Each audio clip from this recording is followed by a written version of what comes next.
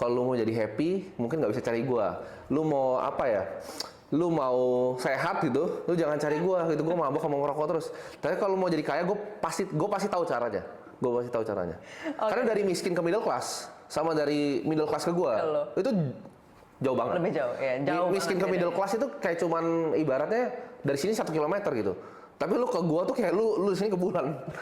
Itu jauh banget kayak itu money yang uncomprehensible ke lu. Iya. Ibaratnya kan gue suka gambarin kayak gini kan.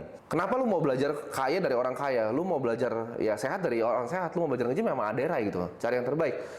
Gue ngabisin duit nih, 13 juta gue buang ke got setiap hari. Itu habisnya zaman Napoleon baru lahir. Gitu kayak itu uang yang kalian nggak bisa bahkan start to comprehend gitu.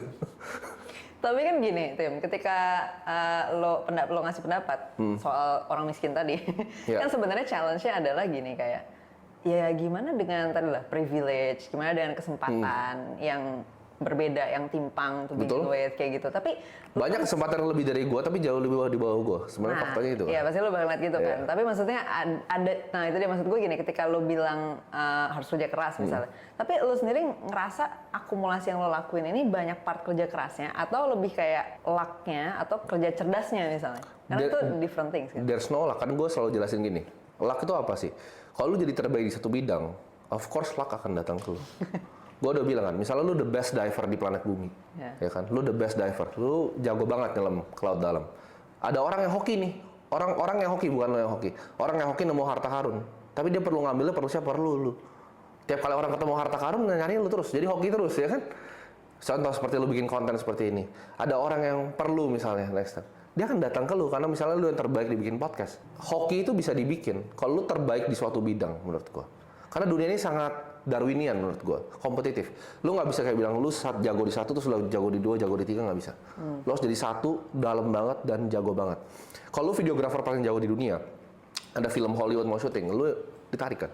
Tapi problemnya orang-orang bukan yang paling jago di dunia. Skill issue menurut gue. Jadi orang-orang miskin ini yang mereka suka lakukan adalah mereka ego stroking masing-masing. Jadi mereka pikir mereka pintar, padahal sebenarnya nggak pinter-pinter amat. Karena kan ini paradoksnya dunia. Kenapa gue selalu mengacak ke uang? Dan ini kemarin gue dapat pernyataan yang menarik sekali dari Grok 3 sama DeepSeek yang R1. Lu ngobrol sama mereka? Gue ngobrol sama dia, tapi gue masukin semua buku-buku yang dari zaman dulu, dari zaman Ancient Rome, semua gue masukin ke dalam. Dan dia kasih statement bahwa ya memang manusia itu berbeda. Jadi bisa diukur, manusia itu bisa diukur dan nggak semua manusia punya hak yang sama. Itu menarik banget tuh ketika gue tanya. Jadi gue tanya the most controversial take dia dari semua yang gue kasih resource-nya, itu gue kasih banyak banget buku Nietzsche, semua gue kasih ke dia. Jawaban dia satu, manusia itu tidak diciptakan sama. Jadi ada manusia yang nggak setara.